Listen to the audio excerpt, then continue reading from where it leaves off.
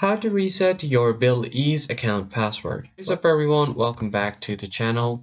In this tutorial, I'm going to show you guys how you can easily recover password of your BillEase account. But before we get started, don't forget to hit the like button down below and subscribe to the channel.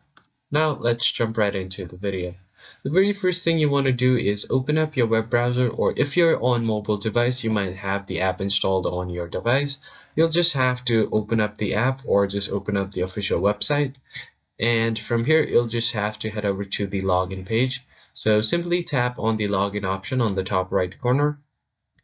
And once you land on the login portal, you will have an option to provide your email address and then your password.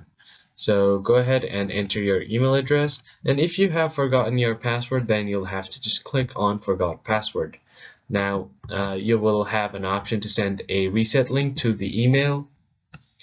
So from here, what you need to do is provide your first name, your last name, and the email associated with your account. Enter the phone number that's on your account as well, your date of birth, gender, and on your ID type, you can choose what kind of ID you want to propose to recover your account. Make sure all of the details are correct and it's the same as your ID.